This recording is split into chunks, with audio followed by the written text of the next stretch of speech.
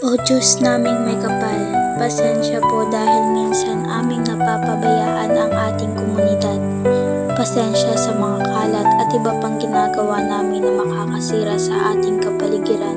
Ginoong naming Diyos, kami na iyong anak ay lumalapit sa iyo, naway dinggin mo ang aming panalangin, kami ay gabayan mo, aming Panginoon. Kami ay gabayan mo sa pamayanan namin, na kami ay panatilihing maayos at malusog sa mga araw na dadaan. Kami ay nagpapasalamat sa iyong mga biyaya na ibinibigay sa ating komunidad. Bigyan mo po kami ng pagkakaisa, pagmamahal at pagtutulungan. Salamat o aming Ama sa paggabay sa amin. Ama, salamat sa pagkakataon na naging bahagi ng komunidad na ito. Gabayan mo kami sa aming mga gawain.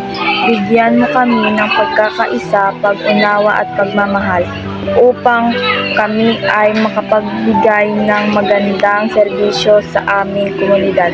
Paggabayan mo po kami, bantayan mo po ang aming komunidad at ilayo niyo po kami sa masamang panahon at gabayan niyo po kami sa mga problema na ikakaharap ng aming komunidad. Salamat o aming Ama sa pagbigay ng magandang kapaligiran sa amin, maaliwalas na hangin at magandang tanawin. Amen.